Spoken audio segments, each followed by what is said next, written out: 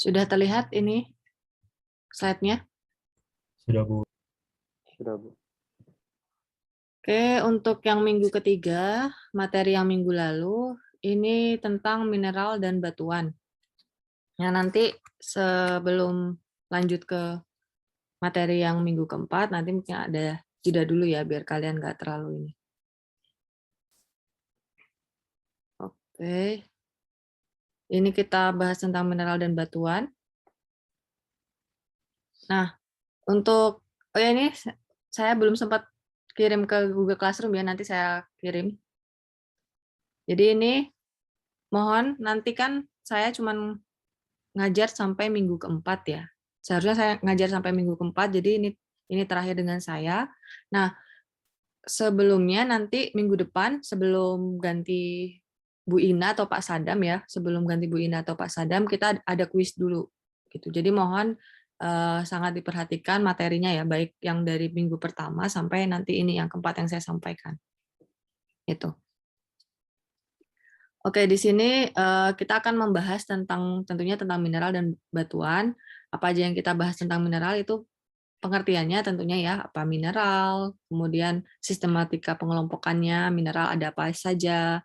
Batuan pun seperti itu. Batuan itu pengertiannya apa? Nanti pendapatnya ada banyak. Kemudian begitupun klasifikasinya ya. Jadi ini sama, intinya klasifikasi dengan pengelompokan itu sama ya. Jadi kita klasifikasi itu adalah mengelompokkan berdasarkan ciri-ciri tertentu gitu. Kalau di biologi ada yang tahu istilahnya apa? Kalau klasifikasi di biologi biasanya kita sebut apa?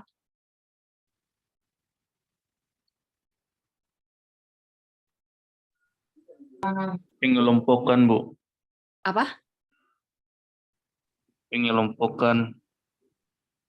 Istilah biologinya kalau di biologi kalian kan tahu tuh ada Taksonomi ya, Bu? ya taksonomi ya. Jadi kalau di biologi biasanya sering kita sebut taksonomi. Jadi ada kingdom, ya kan ada family, genus sampai ke spesies. Nah, kalau di batuan pun batuan mineral ya. Jadi ada klasifikasi seperti itu juga, ada taksonominya gitu. Jadi itu macam-macam pendapatnya ya para ahli gitu, bisa macam-macam, namanya bisa berbeda-beda, tapi sebenarnya cirinya sama. Begitupun taksonomi di biologi ya, itu kan sebenarnya banyak juga menurut beberapa ahli gitu ya.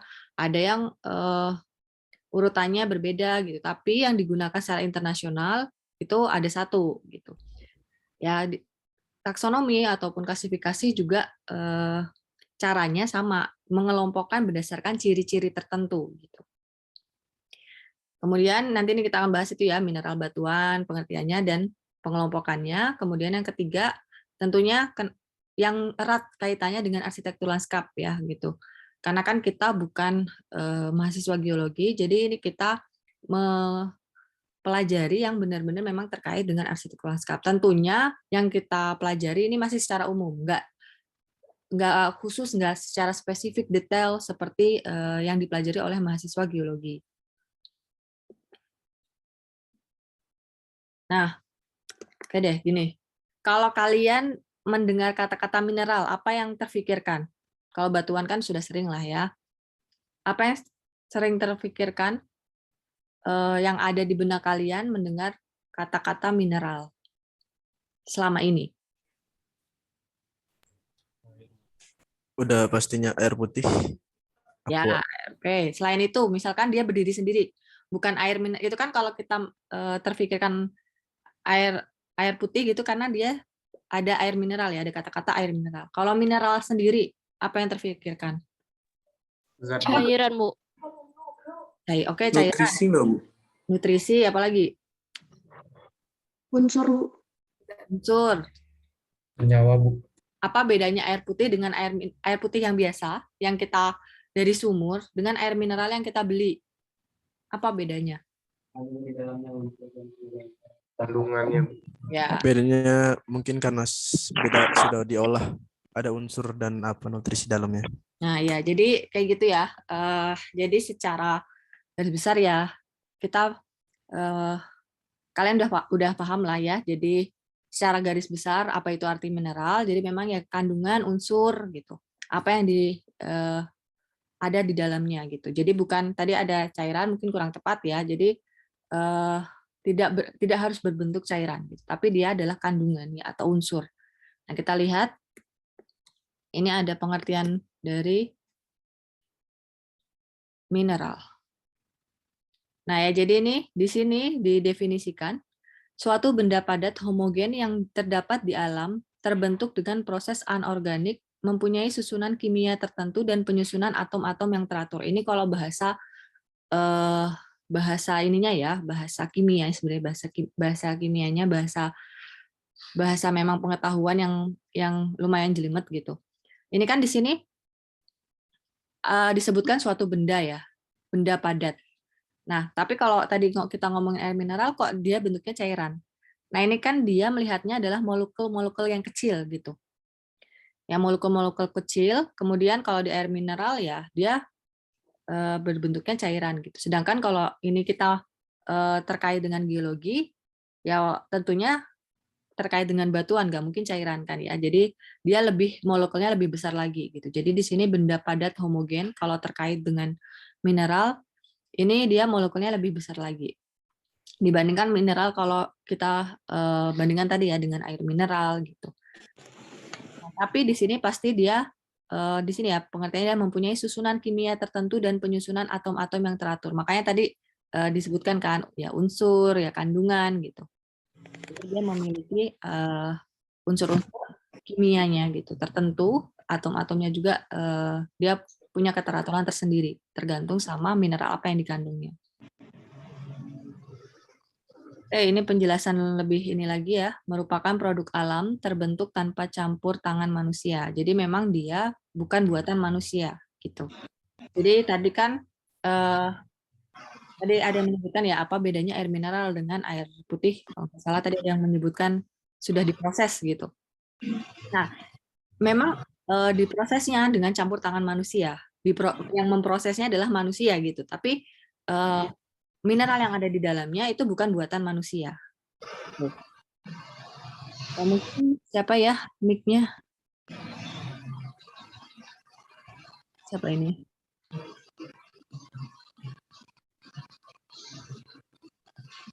Saya tidak tahu nih yang mic-nya karena banyak yang ada yang nggak mute. Soalnya bocor suaranya.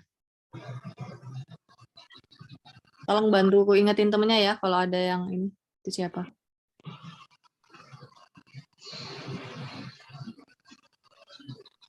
Oke, lanjut ya. Agak ini kalian kedengeran nggak sih? Soalnya agak ngeganggu. Novaldi kayaknya ya. Kedengeran, Bu. Kayaknya Rizky Novaldi. Udah hilang nih. Oke. Oke, kita lanjut. Jadi tadi memang kayak memprosesnya adalah manusia gitu. Tapi mineral yang ada itu bukan buatan manusia. Jadi memang dia adalah produk alam.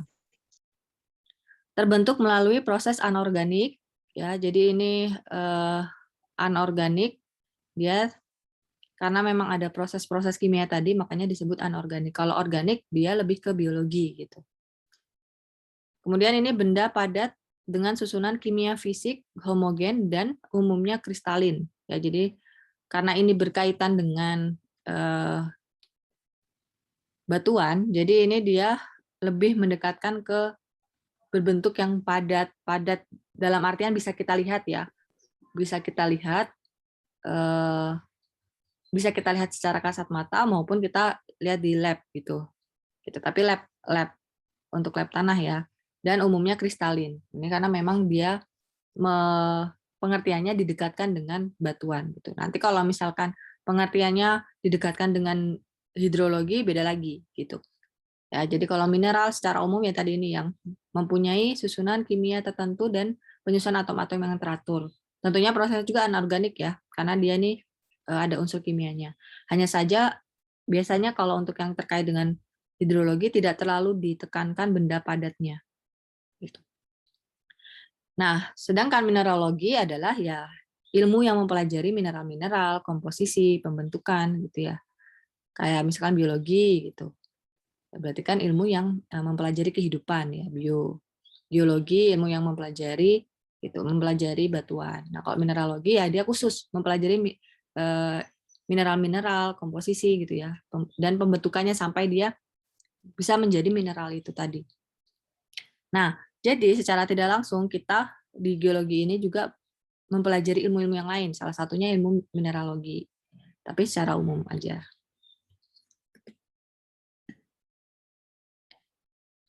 Oke, ini sistematika pengelompokan mineral ya. Jadi ini yang umum digunakan gitu.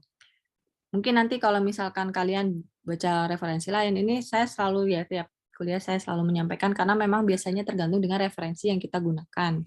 Gitu. Apalagi kalau kita pakainya beda negara gitu, itu bisa jadi beda lagi. Gitu. Tapi ini yang umum kita gunakan, terutama di Indonesia. Ini berdasarkan warna. Ya, jadi ada dua pengelompokannya, ciri-cirinya berdasarkan warna atau berdasarkan proses pembentukan. Ya, jadi kita kelompokkan. Ini yang pertama yang warnanya pucat, mineral yang pucat sama yang kelam. Nah, kalau yang pucat ini ada kuarsa, kalsit, feldspar. Yang kelam ada biotit, hornblende, augit dan lain-lain. Nah, ini nanti dia akan menghasilkan batuan yang berbeda gitu. Tergantung mineral-mineral yang dikandung si batuan itu sendiri. Kemudian berdasarkan proses pembentukannya ada dua, ya ada mineral primer dan sekunder. Dari istilahnya aja ada primer, sekunder, berarti ini pasti dia yang utama ya. Kalau ini yang sekunder ya, jadi yang kedua gitulah ya. Nah ini mineral primer itu berasal dari pembukuan magma. Nah kita lihat perbedaannya. Kalau mineral sekunder ini berasal dari pelapukan mineral yang sudah ada. Ya jadi kenapa ini disebut primer? Karena memang utamanya gitu ya, utamanya batuan itu dihasilkan dari sini pembekuan magma. Gitu. Ini yang paling utama. Dia tercipta suatu batuan itu paling utama dari aktivitas magma ini. Nah, sedangkan sekundernya ya berasal dari pelapukan mineral yang sudah ada. Jadi dari pembukuan magma tadi dia sudah menghasilkan mineral gitu ya. Mineral kemudian ada proses lagi pembentukan menjadi mineral yang lain. Nah, itulah mineral sekunder gitu ya. Nah, mineral primer ini ada kuarsa, muskovit, biotit, feldspar. Kemudian mineral sekunder ini ada gipsit, hematit, dan mineral-mineral liat. Nah, kita lihat perbedaannya kalau di warna dengan yang di proses pembentukan ya. Ini kuarsa dengan biotit dia beda klasifikasi. Ya, kalau kita lihat dari warnanya. Tapi kalau kita lihat dari pengelompokan pembentukannya, proses pembentukannya, dia satu kelompok. Ya, kuarsa dengan biotit satu kelompok gitu. Jadi tergantung nih kita ketika kalian ditanya misalkan kuarsa dan biotit masuk ke dalam kelompok apa, kelompok mineral apa, tergantung. Ya, jadi mau mengelompokkannya berdasarkan ciri-ciri yang mana gitu. Kalau berdasarkan warnanya ya ini tadi ya, dia satu kelompok. Kalau berdasarkan proses pembentukan kuarsa dan biotit dia satu kelompok, kalau yang warna dia tidak satu kelompok gitu ya. Jadi tergantung. Sama aja lah kayak manusia gitu ya, kayak kita dikelompokkan misalkan secara fisik, ada yang misalkan ada yang gendut, ada yang kurus gitu. Tapi tidak bisa kita samakan misalkan kalau kalau yang gendut itu misalkan pintar gitu ya.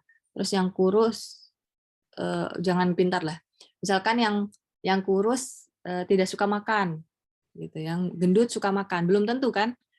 Ada orang yang suka makan tapi tetap kurus. Nah, kayak gitu.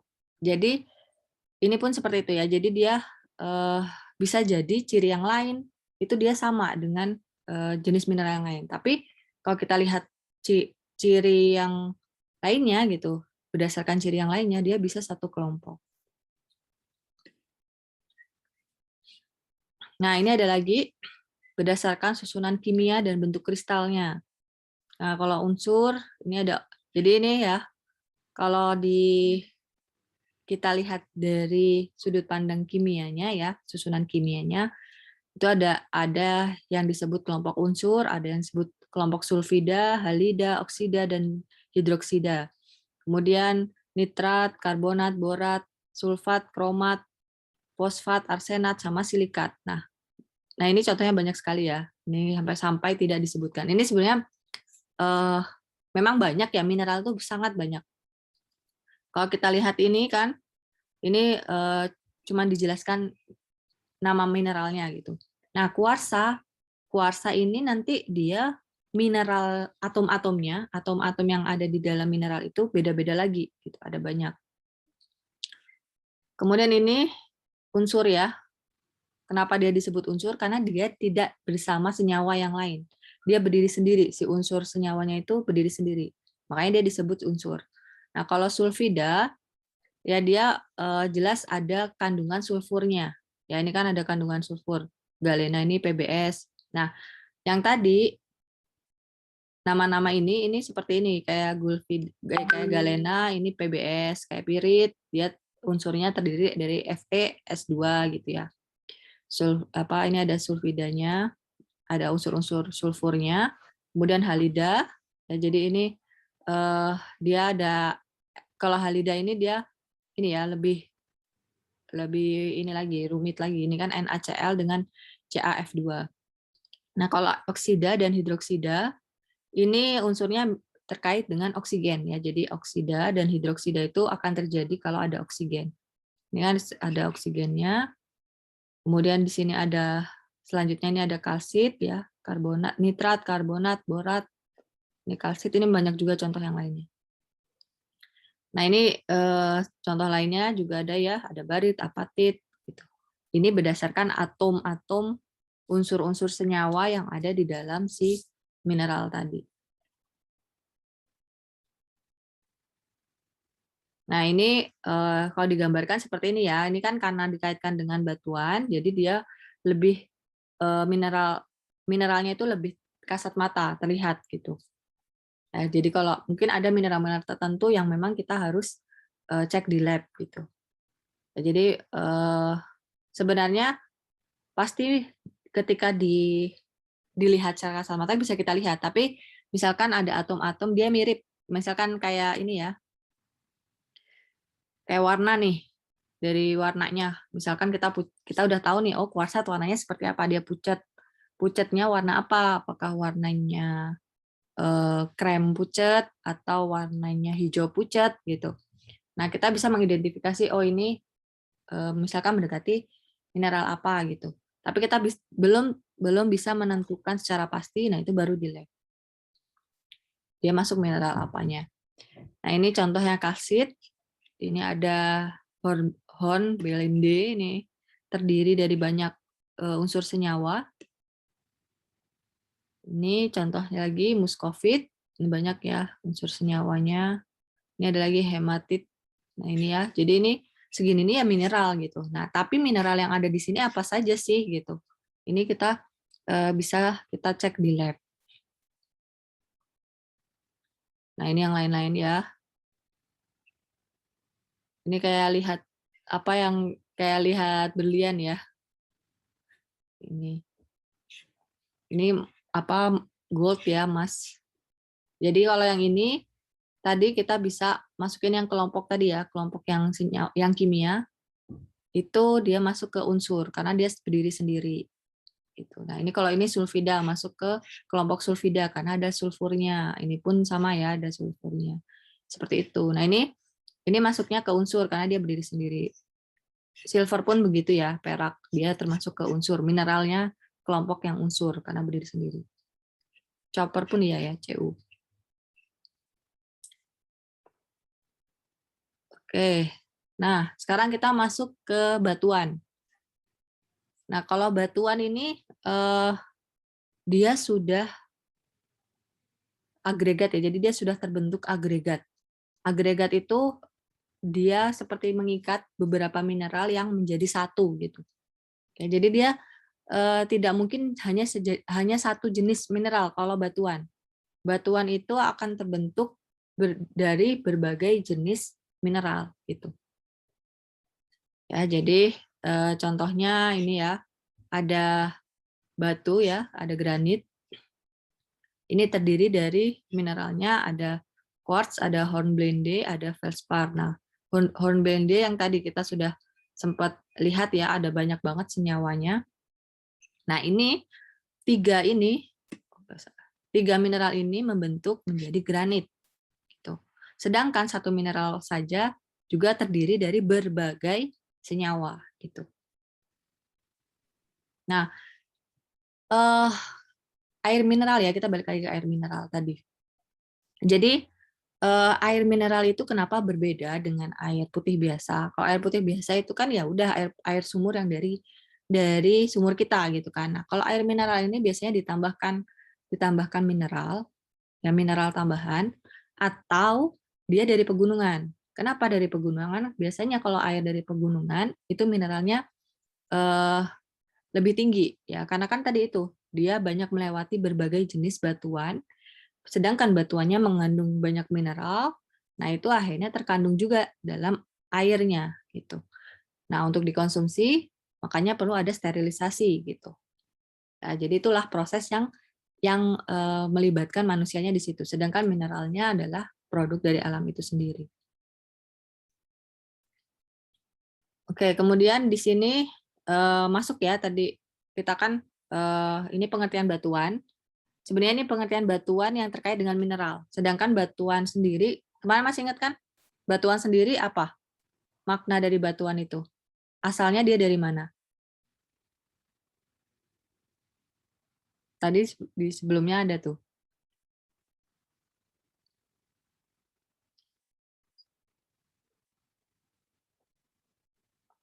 Ya nih, kayaknya masih bingung juga ya, karena memang belum di ini. Jadi kalau batuan, tadi kita lihat kan ya, jadi kalau kita runut nih, batuan itu terbentuk dari mineral, ya mineral-mineral yang membentuk agregat gitu. Sedangkan mineral sendiri tadi ada proses pembentukannya kan ada yang primer, ada yang sekunder ya, ingat ya. Yang primer adalah yang aktivitas magma gitu. Kemudian yang sekunder yaitu tadi yang selain aktivitas magma. Kita balik lagi. Biarin kalian ininya connect ya, sambungannya. Kenapa ini bisa mineral dengan batuan, nanti hubungannya apa gitu. Nah, ini proses pembentukan. Yang primer tadi, ini yang berasal dari pembukaan magma, sedangkan kalau sekunder, ya dia berasal dari mineral yang sudah ada. Jadi yang dari pembukaan magma tadi, kemudian menjadi suatu mineral ya, mineral primer itu sendiri. Mineral primer akhirnya berdasarkan berbagai proses gitu ya, ada yang pelapukan, ada yang sedimentasi gitu. Nah, inilah proses-proses sekunder ya. Proses-proses sekunder, kemudian dia akhirnya berubah lagi mineralnya. Mineral primer tadi ini berubah lagi menjadi mineral sekunder. Nah, makanya ini salah satunya ada mineral-mineral liat. Karena mineral liat itu biasanya terbawa dari sedimentasi gitu. Makanya liat itu kan banyaknya di rawa. Nah, rawa itu biasanya dari sungai yang mau dari muara ya. Jadi dari sungai yang ada di hulu, kemudian dia mau ke hilir ke laut tapi tersedimentasi. Nah, itu menjadi liat biasanya menjadi rawa gitu. Nah, itulah proses sekundernya. Jadi kalau kita runut ya, jadi awalnya adalah ada aktivitas magma ini yang paling utama. Kemudian banyak proses-proses ya, dari aktivitas magma aja sudah ada mineral, kemudian ada proses-proses yang lain. Mineral ini bisa berubah juga, atau dari mineral primer dia membentuk agregat mineral-mineral ya, dari berbagai mineral-mineral membentuk agregat menjadi batuan. Kemudian gitu lagi, batuan mengalami proses-proses lagi ya, ada proses pelapukan lagi, ada proses sedimentasi. Jadi itu memang siklus ya, jadi siklus. Jadi dia tidak akan berhenti. Jadi batuan kemudian dia mengalami proses-proses lagi, akhirnya menjadi tanah gitu. Nah, tanah nanti bisa lagi ya, jadi ada mineral yang terkandung, itu akan terus namanya kalau di alam itu tidak ada dia terputus, pasti dia ada siklusnya. Oke, itu jadi sambungannya gitu ya. Oke, tadi kita sampai mana? Nah, ini. Sekarang masuk ke klasifikasi batuan. Nah, kalau ini yang pertama, klasifikasinya berdasarkan proses pembentukannya. Ada di sini disebutkan klasifikasi yang pertama ada batuan beku. Nah, batuan beku itu apa sih ya? Ini biasa disebut magmatit. Nah, kalau dari magmatit, istilahnya ini kita sudah tahu nih pasti ada hubungannya dengan magma kan ya. Jadi ini terbentuk melalui proses pembekuan magma, makanya disebut batuan beku atau magmatit. Nah, apa saja di sini ada lagi dibagi lagi. Dalam magmatit ini ada 3, ada batuan beku luar, batuan beku dalam, dan batuan beku gang atau korok. Nah, ini untuk yang vulkanit membeku dekat atau di permukaan bumi, proses pembentukannya cepat, butir berukuran halus sampai sedang, kemudian padat atau kompak. Pada pembekuan sangat cepat terbentuk gelas vulkanik seperti obsidian. Gitu ya. Jadi batuan beku luar, batuan beku dalam, batuan beku gang korok ini berdasarkan prosesnya. Nah, nanti karena berdasarkan proses pembentukannya dia akan mempengaruhi ada di mana sih letaknya si batuan beku ini. Makanya ada batuan beku luar, batuan beku dalam, batuan beku gang atau korok. Nah, batuan beku luar ini kalau kita ini lagi apa saja sih batuannya itu juga banyak. Gitu. Nah, kalau yang batuan beku dalam ini membeku dalam perut bumi. Kalau ini kan permukaan bumi ya, makanya di luar. Ini dalam perut bumi. Nah, kalau batuan beku gang ya ini biar gampang juga ya, mungkin si penemunya kayak menyebutkannya batuan beku gang karena masuk-masuk gitu kan. Gang itu kan masuk-masuk. Nah, ini membeku di dalam celah-celah atau rekahan-rekahan gitu. Ya, jadi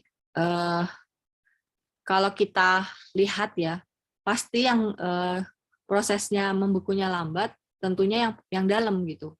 Karena dia minim terpengaruh oleh lingkungan, makanya dia lambat. Di sini proses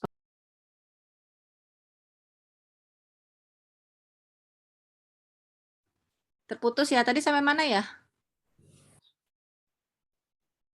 Tadi Batuan beku luar, Bu. Oke. Saya tapi sempat pas saya menjelaskan apa itu pengertiannya sempat kesampaian nggak? Nggak ada, Bu, terputus. Terputus ya. Oke, kita lanjut lagi. Jadi tadi ini kita sampai sini tadi ya. Jadi batuan beku luar, batuan beku dalam, batuan beku gang atau korok. Nah, secara garis besar ya, kita bisa artikan pokoknya ini dia dibedakan berdasarkan prosesnya, kemudian karena prosesnya ini mempengaruhi letaknya di mana, gitu. Prosesnya terjadi di mana. Nah, kalau yang batuan beku luar, dia terjadi di permukaan bumi, ya, membeku di permukaan bumi. Batuan beku dalam, dia di dalam perut bumi. Kemudian batuan beku gang, kan gang ya, masuk-masuk gitu kan, masuk-masuk ke dalam gitu, bukan jalan utama. Nah, ini dia kalau batuan beku gang ini membeku di dalam celah-celah atau rekahan-rekahan. Gitu. Nah, kalau kita bandingkan dari ketiga batuan beku ini yang paling lambat itu adalah yang dalam tentunya. Kenapa? Karena dia minim gitu terpengaruh oleh lingkungan. Ya karena dia ada di dalam. Makanya dia proses pembekuannya lambat gitu. Sehingga batuan memiliki ukuran butir-butir kasar. Nah, biasanya yang lebih halus itu memang yang di atas. Nah, kalau kalian tahu horizon ya, horizon tanah, atau kalian ini aja lah. Kalau kalian sering yang suka nanam gitu ya, terus kalian nanam langsung ke tanah ya, bukan di pot. Kalian akan tahu ya, yang atas itu paling gembur, makin ke bawah kita akan ketemu sama batu. Ya, makanya di bawah itu butir-butirnya ya kasar ya, ini sehingga batuan-batuan memiliki ukuran butiran-butir kasar. Gitu. Oke, lanjut. Ini tadi kan yang pertama batuan beku atau magmatit. Kemudian ada klasifikasi batuan yang lainnya. Ini ada masuk ke ini tadi berdasarkan proses pembentukannya ya. Ini ada batuan sedimen, ada batuan metamorf. Nah, dari kata-kata batuan, kalau yang batuan sedimen ya, dari kata-kata batuan sedimen saja kita sudah tahu bahwa kita sudah bisa menebak bahwa oh ini berdasarkan proses sedimentasi gitu kan ya. Terbentuk dari hasil pengendapan baik secara mekanik maupun kimia dari air ataupun udara. Jadi ya apapun itu berdasarkan proses apa, entah itu proses kimia atau karena adanya air atau karena adanya udara, tapi yang jelas dia menghasilkan endapan. Nah, itulah endapan itu kemudian menjadi batuan lagi. Ya tadi kan dari batuan bisa jadi tanah, kemudian dari tanah nanti bisa jadi batu lagi gitu. Ya bisa karena nanti ada letusan gunung api itu bisa jadi batu lagi gitu. Ya jadi bisa siklus gitu. Dia tidak akan berhenti di satu titik kalau di proses alam. Kemudian ada batuan metamorf ya. Ini metamorf atau metamorfit. Ini juga kita bisa menebak-nebak lah kira-kira apa sih yang batuan metamorf itu. Jadi kan kita sering dengar ya metamorfosis. Nah, coba kita lihat. Terbentuk dari batuan melalui perubahan mekanik dan atau kimia fisik sehingga mineralnya berubah akibat adanya rekristalisasi. Nah, jadi ini ya, ini tuh dia sudah jadi batuan sebenarnya gitu. Tapi dia berubah gitu. Makanya namanya metamorf. Ya, jadi batu yang berubah. Nah, ini perubahannya baik secara mekanik atau kimia fisik ataupun dua-duanya sehingga mineralnya batuan kan memiliki kandungan mineralnya ya. Kemudian mineralnya itu berubah. Ketika mineralnya berubah, maka dia akan berubah jenis batuannya gitu. Itulah batuan metamorf. Nah, kalau kita bandingkan ya tadi ya dari 3 tadi, dari jenis batuan yang berdasarkan proses pembentukan dari batuan beku, batuan sedimen, dan batuan metamorf, presentasinya yang ada di kerak bumi ya, ini dari 100% ya. Jadi yang paling banyak itu adalah batuan beku. Kemudian disusul dengan batuan metamorfik. Kemudian yang paling kecil itu batuan sedimen. Ya, jadi memang kalau yang sedimen itu kenapa kecil? Karena dia butuh proses yang lebih besar lagi gitu, proses alam yang mempunyai pengaruh besar gitu. Yang belum tentu terjadi setiap tahun, belum tentu terjadi 10 tahun ya ataupun 50 tahun, apalagi setahun sekali gitu. Makanya dia hanya sedikit. Sedangkan kalau batuan beku kan tadi batuan beku kan diklasifikasikan lagi ada 3, ada yang di permukaan, ada yang di dalam, ada yang di celah-celah. Nah, jadi dia mengisi hampir seluruh yang ada di bumi gitu. Makanya dia paling banyak. Oke, ini ada lagi ya dari penjabaran dari 64% ini tadi yang batuan beku tadi 64 diambil dari 64,7 ini ya, dijabarkan lagi. Ini ada granit, ada granodiorit dan diorit, kemudian sienit, ada basal dan gapru, ada peridotit dan dunit. Ini dimasukkan dalam satu kelompok ya, karena memang dia punya ciri yang sama. Nah, ini yang paling banyak adalah basal dan gapro nih ya. Nah, terus ini yang hampir sama, granit dan granodiorit atau diorit. Baru yang paling dikit ya, ini ada yang paling dikit ada periodit dan dunit ya. Ini warnanya mirip lagi. Ya ini yang ini peridotit ya yang paling kecil. Nah, sama yang sienit. Yang memang paling banyak adalah basal. Jenis batuan basal.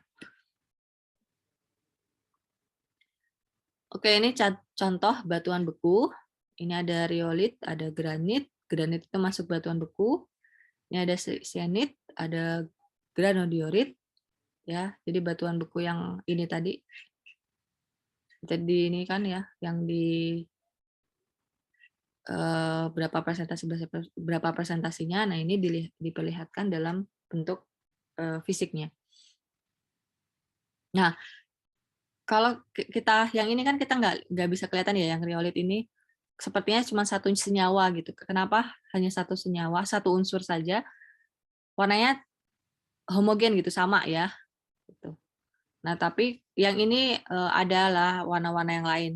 Tapi yang paling mencolok yang granit dengan granodiorit. Nah, ini kan dia seperti terlihat sekali ada mineral-mineral yang agregatnya tuh terpisah gitu, yang menghasilkan warna yang berbeda. Nah itu kayak gini, ini kita bisa kalau misalkan yang ahli geologi bisa sudah ini kalau ini kandungannya apa gitu.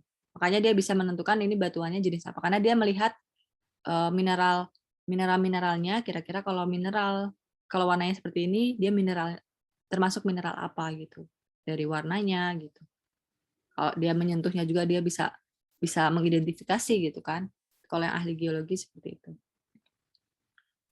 Kemudian ini ada lagi untuk contoh batuan sedimen.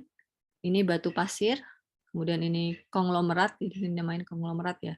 Jadi mungkin karena banyak ininya nih, mineral-mineralnya dia sudah terpisah sendiri. Beda kan kalau ini kan agregatnya itu ya nyatu gitu. Meskipun kita bisa lihat perbedaan warnanya, tapi dia menyatu. Kalau ini kan dia terpisah-pisah. Mungkin jadi kenapa namanya konglomerat, karena seolah-olah ada isinya berlian gitu ya, berlian gitu. Karena dia ada agregat mineralnya itu terpisah. Terus ada batu gamping, ini masuk ke batuan sedimen juga ya. Kemudian batu lempung. Karena nah ini kan ya, jadi batu lempung tadinya kan dari lempung gitu, terus terjadi proses pelapukan, sedimentasi yang lain gitu. Nah, terus ini jadilah ada batu pasir, ada batu lempung, tergantung mineralnya gitu. Dia mengendap, lama-lama jadilah ini. Kemudian ini yang ketiga ada contoh batuan metamorf. Ya, yang pertama ada pelit, ada slate, ada skis, ini membacanya ya. Gneiss, ini mungkin saya ada salah-salah baca. Jadi ini sebenarnya bisa kita lihat ya. Perbedaannya itu sebenarnya kelihatan gitu. Kalau kalian lihat kan ya, mungkin ada yang bisa mengidentifikasi dulu nih dari fisiknya. Kalau batuan beku nih ya, coba lihat baik-baik, batuan beku seperti ini, batuan sedimen seperti ini, batuan metamorf seperti ini.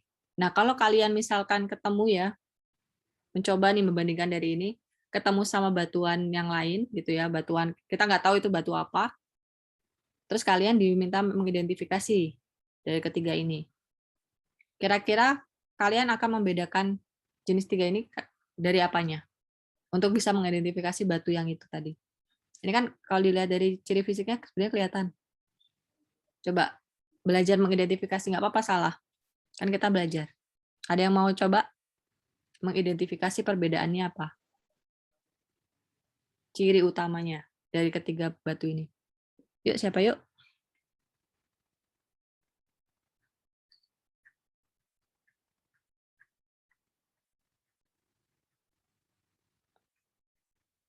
Saya tunggu sampai ada yang mau jawab loh, kalau enggak ya kita tungguin. Masih terdengar suara saya? Terdengar, Bu. Oke. Masih, Bu. Oke, ada yang mau coba? Nggak apa-apa. Kita mencoba.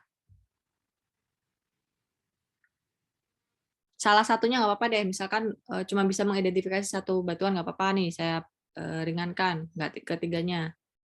Siapa yang mau mencoba?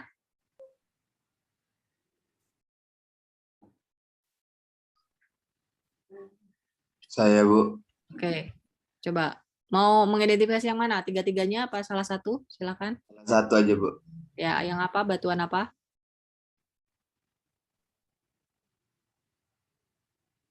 Batuan beku, Bu. Oke, batuan beku. Jadi gimana? Apa bedanya dengan batu? Apa dia ciri khasnya lah? Ciri khasnya batuan beku ini apa? Ukuran batunya yang besar-besar, Bu. Oke, besar-besar. Coba kita sambil lihat ya.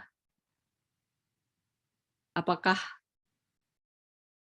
begitu juga yang lain? Coba yang lain. Selain ukuran ya. Kalau ukuran ini sepertinya hampir sama ya. Tergantung dia kita, ya batunya mau seberapa yang mau kita ini bongkahannya. Selain itu? Saya boleh, Bu? Ya, siapa itu? Gading ya? Ya, Bu. Kalau yang dari saya lihat, Bu, dari perbedaannya, Bu, contoh batuan buku itu, Bu, lebih halus permukaannya, Bu. Oke, terus? Daripada batuan yang sedimen tuh agak sedikit bolong-bolong gitu, Bu. Terus yang dari metamorf juga berantakan bentuknya gitu, Bu, teksturnya. Oke. Sip. Sudah ada yang mencoba. Ini mungkin membuka jalan pandangan yang lain. Ada yang mau coba lagi? Mungkin satu lagi, ada yang mau? Itu tadi sudah hampir benar. Tinggal ada yang mau ngelengkapin nggak?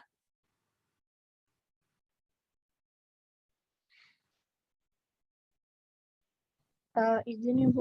Oke.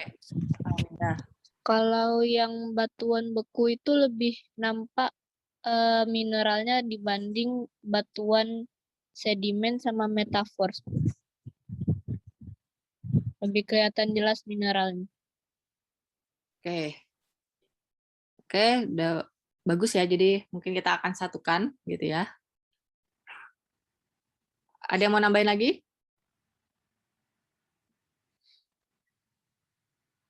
Jadi kita coba satukan ya. Jadi karena para ahli pun begitu ya. Jadi ketika dia meneliti menemukan sesuatu, dia pasti menelitinya nggak berdasarkan pemahaman dia sendiri. Dia pasti banyak membanding-bandingkan gitu ya, mengkaji dengan yang lain, pandangan para penemu yang lain gitu. Ya, jadi kita coba identifikasi bersama gitu. Jadi tadi ada ukuran ya, ukuran, terus tadi ada permukaan, satu lagi ada lebih ke terlihat ya apa fisiknya gitu, kelihatan fisiknya.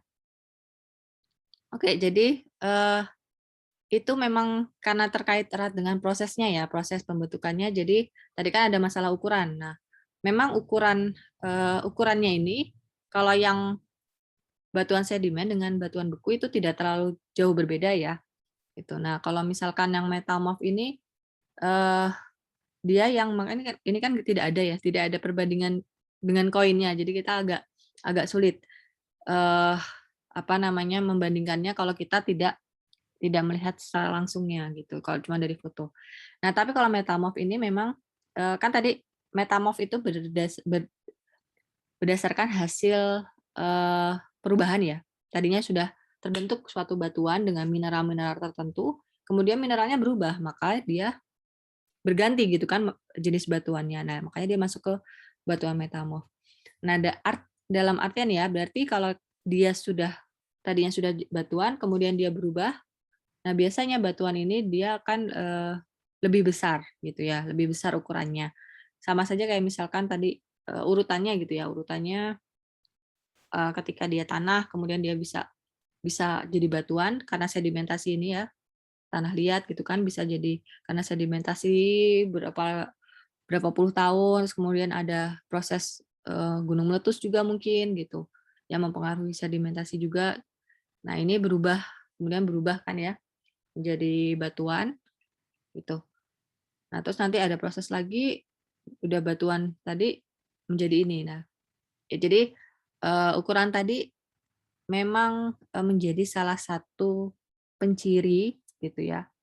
Tapi tidak bisa serta-merta hanya dari ukuran gitu. Harus kita identifikasi dengan ciri-ciri yang lain. Sama ya, ketika kita mengidentifikasi orang gitu kan, kita punya teman misalkan namanya si A. Oh, si A itu badannya tinggi kan, nggak hanya badannya tinggi. Kalau badannya tinggi aja ada banyak nih orang yang badannya tinggi. Harus kita cek lagi apa sih ciri khas utamanya, misalkan punya lesung pipit gitu. Apalagi gitu kan. Sama begitupun dengan batu. Jadi kita udah tahu nih ukurannya berbeda nih. Kemudian dari tadi tekstur ya. Ya, jadi kita bisa lihat permukaannya, tekstur permukaannya bahwa ini memang dia kan karena memang asalnya dari siklus tadi ya, dari yang batuan menjadi tanah, kemudian tanah menjadi batuan lagi. Gitu yang membeku gitu ya. Jadi ini karena dia prosesnya ini baru proses pertama gitu ya. Istilahnya proses pertama dia membeku. Ya jadi dia terlihatnya gitu ya, terlihatnya teksturnya memang lebih halus gitu karena baru sekali gitu ya melewati satu proses dia membeku gitu. Karena baru satu proses dia membeku tadi, selain tekstur tadi juga berpengaruh pada warna mineralnya ini ketahuan gitu ya, mineralnya terpisah agregatnya belum menyatu. Nah, bisa bisa karena itu ya, karena prosesnya ya. Jadi dia mempengaruhi juga tadi ada tekstur, kemudian ada warnanya, kemudian tadi ada ukuran gitu ya. Jadi ada 3 ya.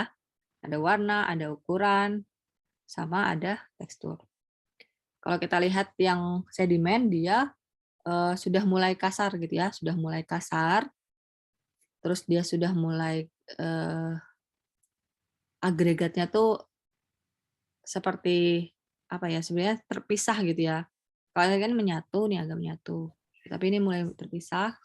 Nah, kalau ini Kalau yang metamorf lebih ini lagi, karena dia kan tadinya sudah batu yang lain ya, batuan jenis lain. Kemudian dia terjadi suatu proses gitu ya, proses selain bisa jadi ada proses sedimentasi, ada pelapukan juga, ada proses mekanik yang lain atau proses kimia yang lain gitu. Kemudian dia berubah gitu.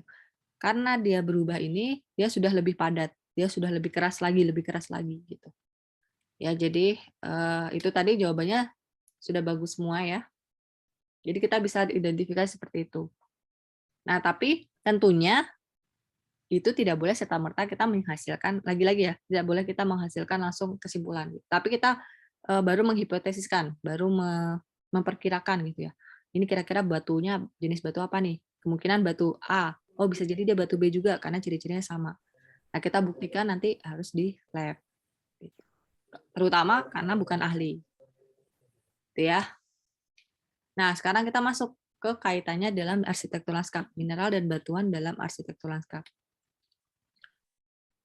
Ini sebenarnya persebaran ya mineral dan batu bara, ini bisa kalian cek kalau kalian butuh gitu ya, nanti suatu saat kalian butuh nih untuk mencari gitu jenis mineral dan batu bara di Indonesia untuk membantu data kalian ketika membuat suatu perencanaan lanskap gitu. Bisa ada banyak sih sekarang ya, salah satunya ini ada portal ESDM Goit Minerba, ini bisa atau dari jurnal-jurnal itu juga bisa, data-data untuk mendukung itu juga bisa. Ya, ini juga sama.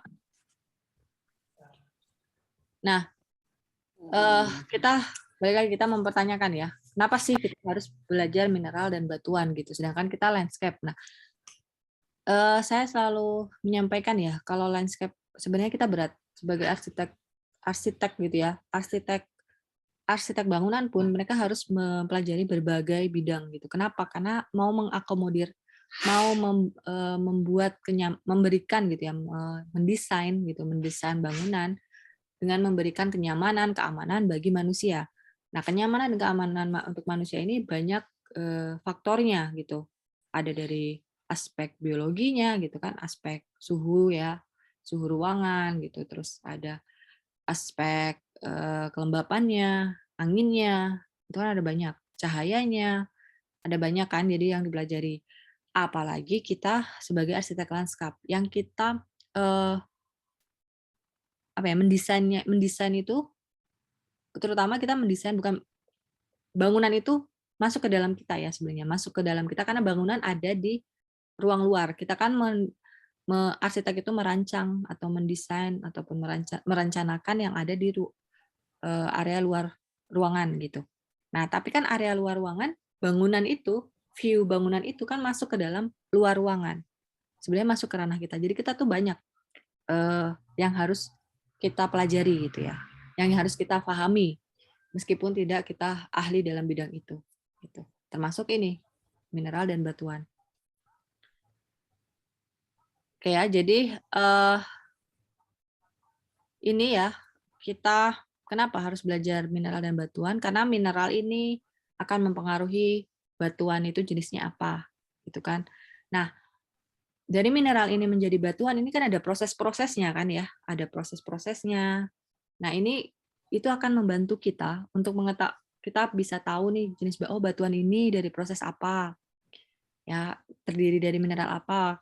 Kenapa dia bisa terbentuk seperti itu, prosesnya seperti apa sih? Jadi kita jadi tahu gitu sejarah-sejarahnya ya, sejarah lanskap itu, lingkungan itu, alam itu seperti apa, agar kita tidak menghilangkan mungkin ada nilai sejarahnya, atau kita bisa tahu oh karena proses sejarahnya dulu seperti ini itu bisa membahayakan kalau kita misalkan kita ya kita gunakan gitu ya, atau bahkan sampai dieksploitasi itu akan membahayakan, sehingga kita harus membuat daya dukung itu nantinya bergunanya di situ gitu. Ketika kita mau merencanakan suatu lanskap sehingga kita tidak merusak alam itu, kita cek lagi nih, oh sejarah dia seperti apa dulunya gitu.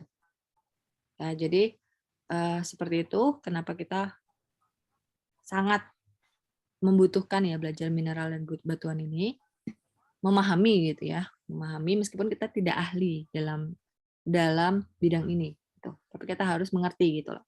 Ya, jadi tidak mengabaikan. Nah, kalau secara lebih luas lagi ya tentunya menjadi ini ya, menjadi hal yang urgent ketika agar tidak terjadi kerusakan bumi gitu. Kalau misalkan secara sempitnya kita cukup di tapak kita biarin bisa berlangsung lama gitu ya, keberlanjutannya lama, jadi kita bisa merencanakan mendesainnya itu nggak salah karena kita sudah cek nih dulu sejarahnya seperti apa, prosesnya seperti apa gitu. Kita tahu batuannya seperti apa, ciri-cirinya seperti apa, jadi kita bisa memastikan keberlanjutan di tapak kita. Secara luas ya kita bisa memakai gitu ya. Karena kita tetap aja ya meskipun kita arsitek lanskap ini memperhatikan lingkungan, kita menjaga lingkungan, sebenarnya tujuannya untuk siapa sih? Balik lagi pasti untuk manusia. Ya, jadi kita menjaga lingkungan kita untuk siapa? Untuk cucu anak-anak dan cucu kita nanti gitu kan. Balik lagi untuk keberlanjutan nanti agar bisa dipakai lagi oleh anak cucu kita. Tujuannya sebenarnya memang manusia lagi, tapi kita tidak mengabaikan lingkungan kayak gitu. Dan tentunya masih banyak yang lainnya ya. Itu secara umum seperti itu. Oke, untuk yang materi minggu ketiga sudah. Ada yang mau ditanyakan dulu?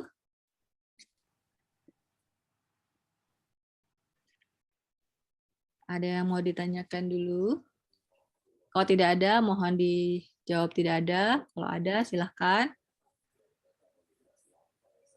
Jadi, Cukup Bu, sampai saat ini belum. oke, yang lain sudah? Cukup Bu. Sudah, Bu. Oke, kita istirahat dulu 5 menit lah ya. Cukup lah ya 5 menit. 5 menit aja.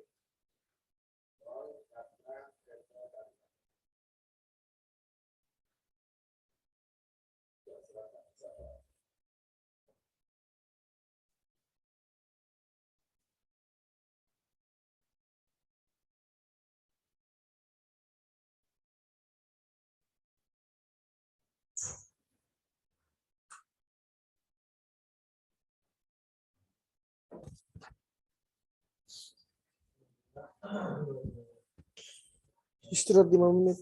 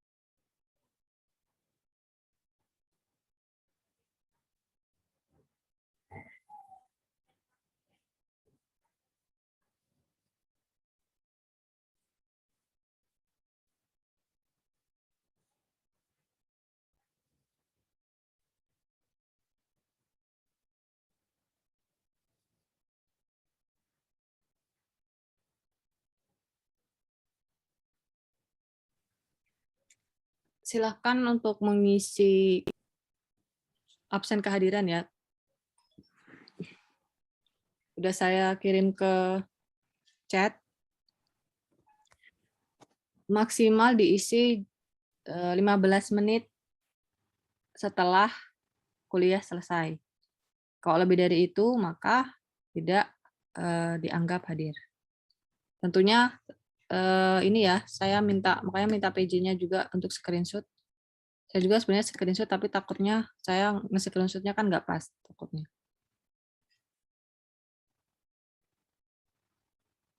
Oke, sambil nunggu kita mulai lagi, saya mau ngecek, karena saya agak telat, ini yang masih tahu ke kelas keangkatan 2020, saya agak telat, saya mau cek pada hadir atau tidak. Ada Rizky Yuda,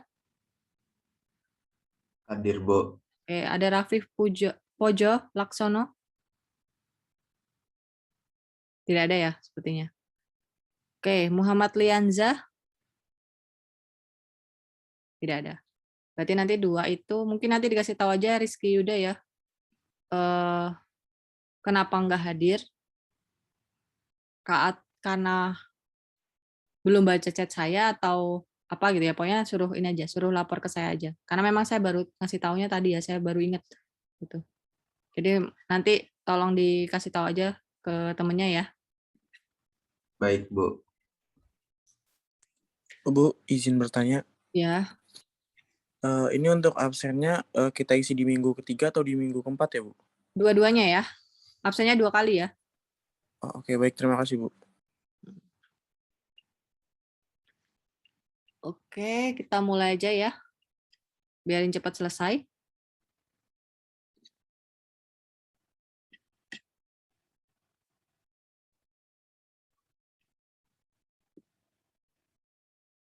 Kita lanjut ke materi minggu keempat. Sudah terlihat?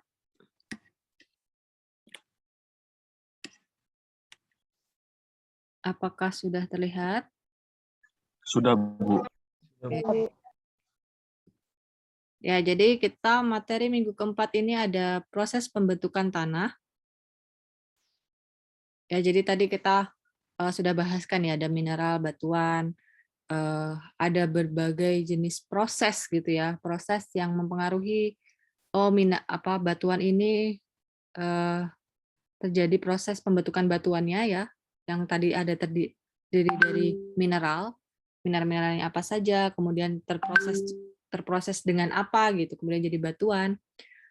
Begitupun tanah, ada proses pembentukan tanahnya. Yang tadi ya siklus tadi ya, dari mineral-mineral membentuk agregat, akhirnya dia jadilah batuan gitu. Makanya batuan itu terdiri dari berbagai mineral. Kemudian batuan-batuan ini mengalami berbagai proses gitu ya. Bahkan ada batuan metamorf dari batuan jadi batuan satu jadi batuan yang lain gitu. Nah, ada juga yang langsung dia batuan ini menjadi tanah gitu. Dengan proses pembentukan tanahnya yang tidak langsung terjadi ya, tentunya itu pasti membutuhkan waktu yang cukup lama. Nah, tidak akan berhenti di situ saja, kemudian tanah ya udah jadi tanah terus gitu. Bisa jadi dia jadi tanah dalam beberapa puluh tahun, berapa ratus tahun, berapa ribu tahun. Bisa jadi nanti suatu saat dia siapa tahu dia siklusnya kemudian terjadi suatu perubahan alam gitu ya, besar, ada gunung meletus gitu, kemudian dia menjadi satu mineral lagi dan membentuk agregat menjadi batuan. Itu bisa saja terjadi karena memang di proses alam itu tidak ada yang berhenti di satu titik ya. Dia selalu ada siklusnya. Seperti itu. Tapi bukan lingkaran setan. Beda kalau misalkan lebih kepada sisi negatif itu kan kita sebutnya biasanya lingkaran setan di situ saja. Tapi kalau siklus ini justru itulah yang akan menjaga keseimbangan keberlangsungan bumi gitu ya. Oke. Yang akan kita bahas untuk di materi ini tentunya ada proses pembentukan tanah ya, baik itu fisik, kimia, biologi. Dan faktor-faktornya pembentuk tanah itu. Ya, jadi di proses pembentukan tanah ini ada faktor-faktor yang mempengaruhi apa sih dia bisa ada terjadi proses, kemudian membentuk suatu tanah gitu. Ya, jadi ini digambarkannya itu seperti kue ya. Jadi ini yang paling atas ya. Jadi yang di permukaan ini dia biasanya paling gembur gitu. Ya, kemudian makin ke bawah makin kasar makin kasar. Nah, di bawahnya sini ya, paling bawah inilah ada batuan gitu yang belum terproses menjadi tanah. Oke, kita masuk proses pembentukan tanah. Masuk ke proses yang fisik. Ya, jadi tentunya kalau proses fisik dia terpengaruhi ya faktornya pasti yang memang yang fisik gitu, yang fisik ya. Jadi fisiknya kita bisa lihat. Bisa jadi karena dia ada faktor dari angin, dari air gitu. Nah, itu salah satu proses fisik gitu ya. Makanya di sini ada proses pelapukan. Nah, pelapukan ini kan kemarin ya kita ada sebut agen gitu. Agennya kan banyak. Ada yang akibat air, akibat dipengaruhi oleh angin juga, dipengaruhi oleh unsur-unsur senyawa yang lain, ada oksigen gitu atau zat-zat yang lain itu merupakan faktornya. Nah, ini proses pelapukan fisik ya. Jadi dia dipengaruhi oleh faktor-faktor fisik gitu. Makanya disebutnya pelapukan fisik. Karena ada pelapukan yang kimia ya, dia dipengaruhi oleh faktor-faktor dari unsur-unsur kimia. Nah, atau dikenal juga dengan nama proses mekanik gitu. Dinamakan proses mekanik karena perubahannya meliputi perubahan wujud atau fisik dari suatu materi atau benda. Ya, jadi memang dia akan berubah ya. Pelapukan itu akan menjadikan dia berubah gitu secara fisiknya. Karena memang yang dipengaruhi juga oleh faktornya faktor fisik yang terlihat. Sedangkan kalau pelapukan kimia gitu karena unsur zat kimia senyawanya berubah gitu. Itu bisa jadi fisiknya tidak berubah gitu, tapi kandungan di dalamnya sudah berubah. Itu bisa saja terjadi.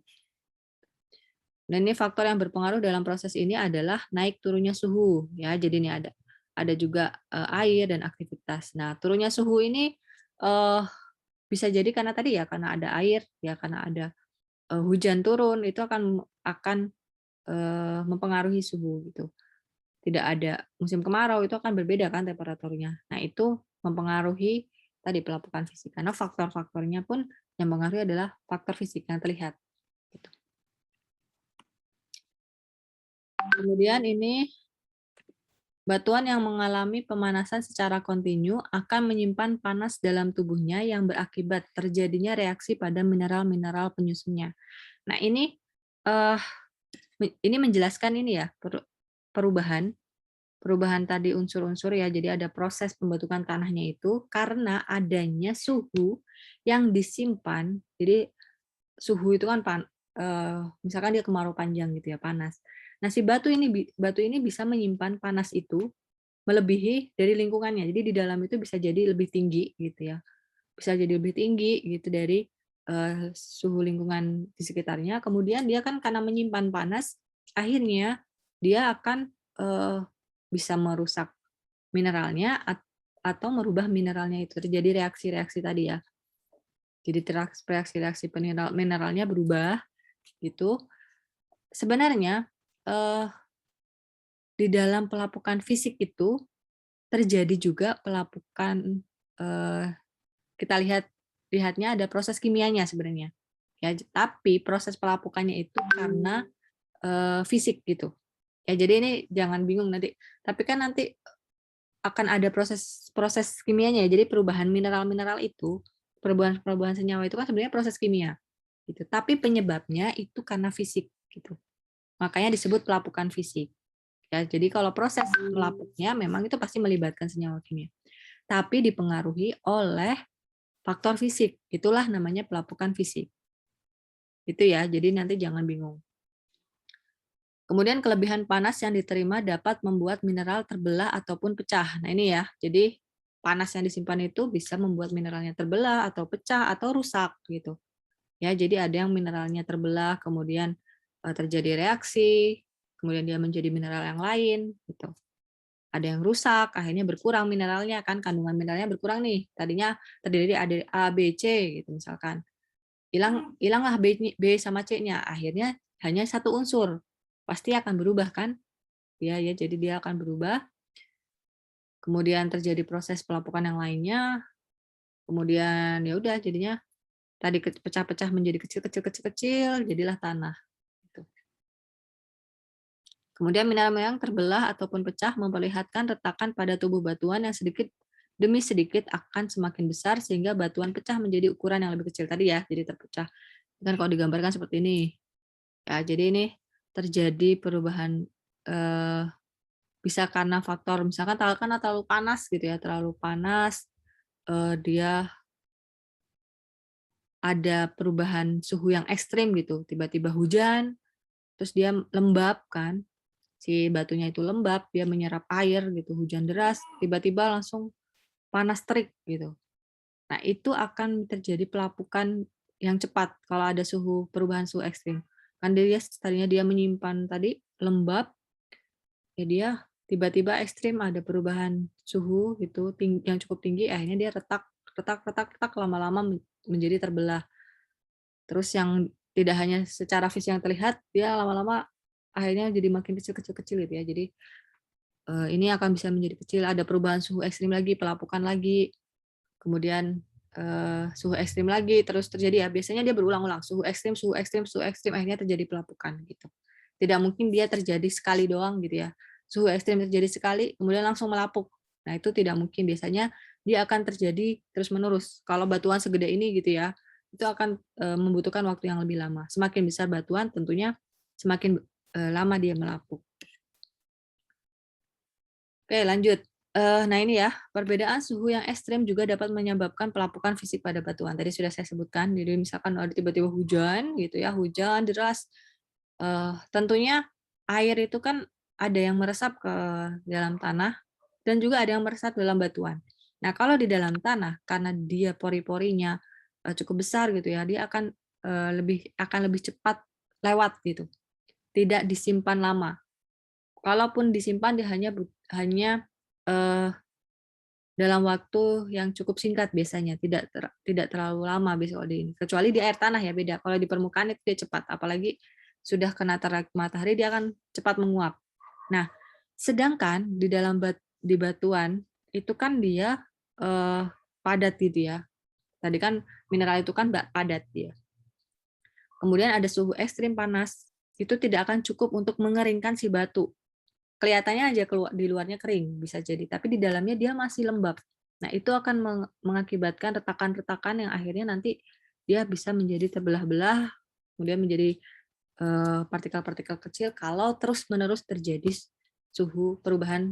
perbedaan suhu yang sangat ekstrim. Ya, jadi ini air hujan juga tadi ya, selain dari suhu yang perubahannya ekstrim itu suhunya. Nah, air hujan yang jatuh itu kan kalau kita kehujanan saja itu sakit kan ya. Kalau misalkan kita hujan-hujanan tuh lama-lama juga pusing gitu karena sakit, apalagi yang pertama biasanya. Nah, begitupun batu. Makanya kan ada pepatah tuh ya. Jadi air yang terus menetes di batu, nah batunya akhirnya berlubang juga gitu. Ya karena dia akan terus-menerus. Nah, ini akan menjadi tenaga mekanik yang bisa merusak si agregat batuan tadi, mineral-mineralnya jadi terpecah. Dia mempercepat gitu pelapukan fisik batuannya tadi. Kemudian selain itu air hujan juga ini bisa mengangkut batuan tadi ya. Kalau misalkan deras banget gitu ya, kemudian ditambah lagi misalkan lerengnya lumayan lah miring gitu, akhirnya dia bisa terbawa gitu kan. Karena terbawa ke tempat yang lain, terpengaruhi lingkungan yang baru lagi, terjadi lagi perubahan yang ekstrim gitu kan. Dia bisa mempercepat lagi pelapukan gitu. Ya terus dia selama dia terbawa air, dia kan tergerus. Nah, itu juga bisa menyebabkan pelapukan. Nah, itu kan mekanik tuh ya, prosesnya mekanik karena ada perubahan secara fisiknya ya. Nah, dia disebut pelapukan mekanik. Oke, masuk ke proses pembentukan tanah di proses kimia. Ya, jadi kalau ini tadi ya, kalau tadi kan bedanya, ini di sini di proses kimia sebenarnya ada pelapukan. Di pelapukan yang fisik, dia faktornya diakibatkan dari fisik gitu. Sedangkan dalam prosesnya itu bisa jadi ada proses kimianya, ya dari perubahan mineralnya tadi gitu. Tapi kalau misalkan pelapukan kimia itu ya dia diakibatkan oleh melapuknya itu diakibatkan oleh proses kimia. Ini ada proses hidratasi, ada proses oksidasi dan reduksi. Nanti ada lagi ya. Jadi ini hidratasi dari istilahnya aja ada hidratasi ya, dari hidrologi gitu ya, dari hidro. Jadi dia hidrogen, dia terpengaruhi oleh hidrogen air, molekul air. Gitu. Jadi ini contohnya ya. Ini pengertiannya proses penambahan molekul air dalam struktur mineral, tetapi molekul air yang masuk ke dalam struktur mineral tidak terdisosiasi. Ya, jadi ini ya, ketika ada air, misalkan tadi air hujan gitu, terus anhidrit ini ternyata dia malah jadi masuk nih ke dalam senyawa ini gitu, terjadi reaksi. Jadi malah gipsum gitu. Dia tidak terdisosiasi gitu. Nah, ini dia prosesnya adalah proses kimia tadi ya. Gitu. Jadi jangan sampai bingung nanti bedainnya apa.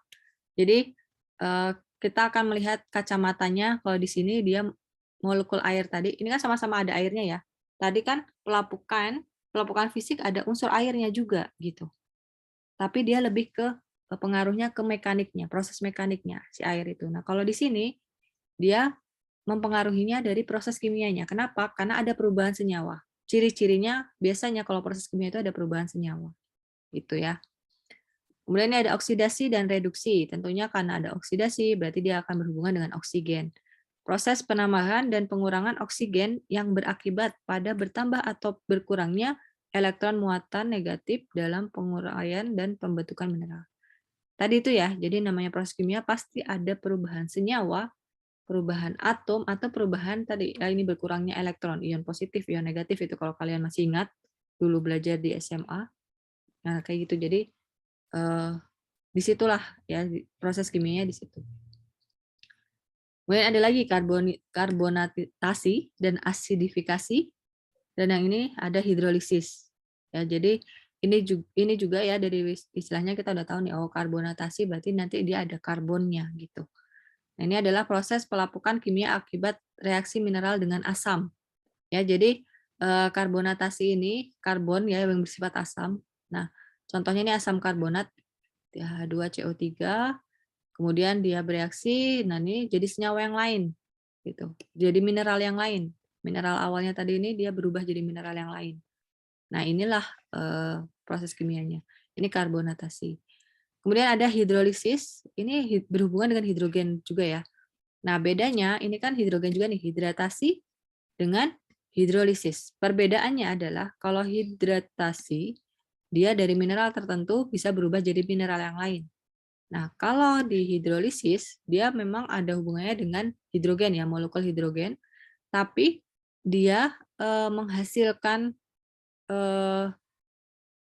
ion H-nya itu ada lagi gitu ya. Jadi ada kristal mineral oleh ion H+ dari molekul H2O. Jadi di sini ada molekul yang lain yang isinya ada ion H+ gitu. Kalau ini tadi dia enggak, dia jadi satu. Dia tidak menghasilkan mineral H+ tadi.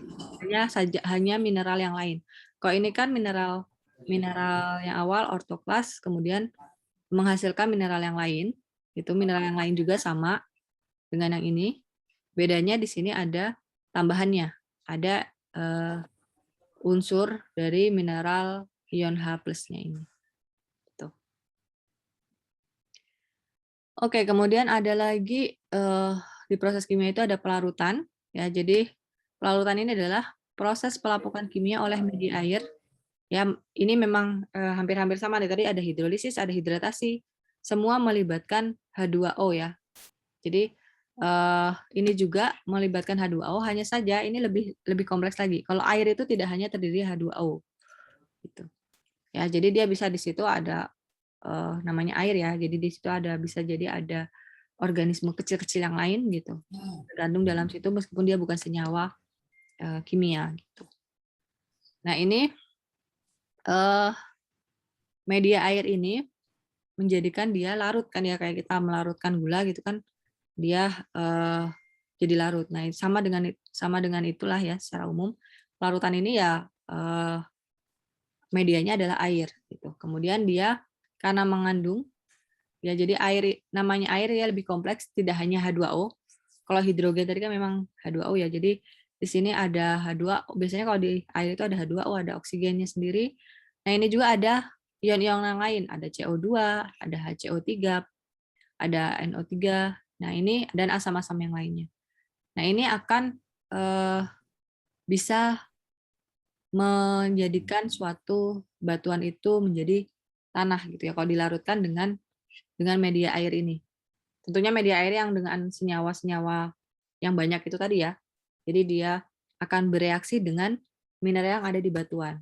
Jadi batuannya dikasih air gitu dengan mineral-mineral dan bukan mineral ya. Dengan senyawa-senyawa kimia dan kandungan-kandungan ion yang lainnya, kemudian bereaksi dengan mineral yang ada di batuan. Gitu.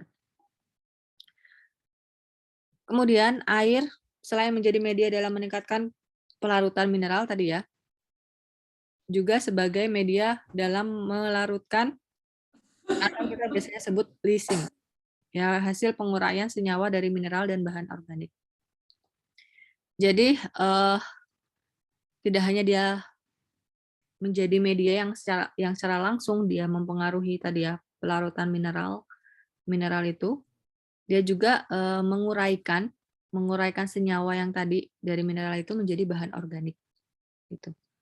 Ya, jadi prosesnya dari melarutkan nanti lama-lama dia menjadi bahan organik ya, tanah itu ya bahan organik, tanah yang terdiri dari bahan-bahan organik. Makanya ketika kita menanam kita perlu menyiramkan itu karena air itu akan membantu mineral yang ada di tanah itu menjadi bahan organik. Itu menguraikan dia menjadi bahan organik yang bisa dikonsumsi, bisa diserap oleh tanaman gitu. Nah, ini yang ketiga, ada proses biologi. Ya, tentunya kalau biologi ini pasti ada kehidupan ya. Dia terkait dengan kehidupan biasanya. Kehidupannya itu ya makhluk hidup gitu ya. Nah, faktor utama dalam proses biologi adalah aktivitas dekomposisi bahan organik oleh mikroba. Nah, ini ada mikroba. Biasanya kalau biologi dia ada kaitannya dengan kehidupan atau makhluk hidup. Nah, ini karena adanya mikroba di dalam tanah. Jadi ini ada batuan kan, di bawahnya memang sudah ada tanah. Kemudian di sini juga ada banyak mikroba. Selain tanah, tanaman di sekitarnya juga mempengaruhi gitu. Karena bisa jadi di dalam tanah juga ada mikroba, di dalam tanaman juga ada mikroba ya di akarnya itu. Ya, jadi ini juga disebutkan di sini. Selain itu, untuk melindungi akar tanaman juga ada bakteri.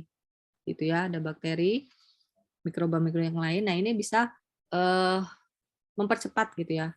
Mempercepat entah itu pelapukan, dekomposisi si batuan tadi menjadi tanah gitu. Siapa ya suaranya yang belum di-mute? Itu bagus bukan ya? Oke. Oke, jadi itu ya. Jadi ini dipengaruhi oleh mikroba ya, yang hidup di dalam tanah, dipengaruhi tanaman juga ya yang ada di sekitarnya gitu. Ini bisa menghasilkan mikroba itu bisa menghasilkan asam organik. Nah, asam organik ini yang ya jadi kalau asam itu bersifat memang dia bersifat dekomposisi yang mempercepat proses pelapukan kimia mineral.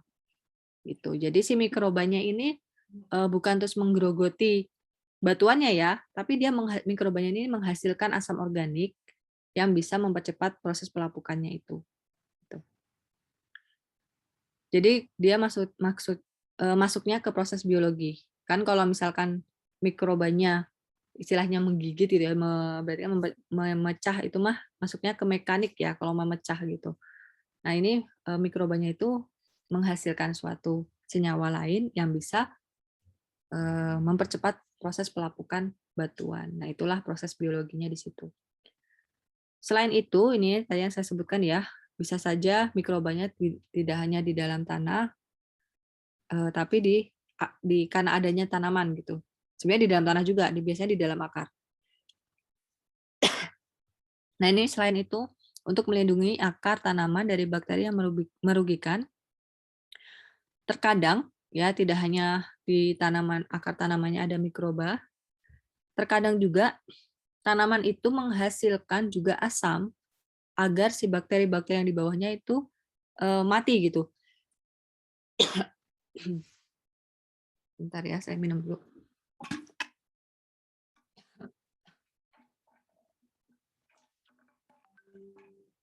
Jadi sebenarnya si tanaman ini bertujuan menghasilkan asam bertujuan untuk membunuh bakteri. Nah, tapi ternyata tidak hanya membunuh bakteri, tapi juga bisa mempercepat pelapukan kimia. Sebentar ya.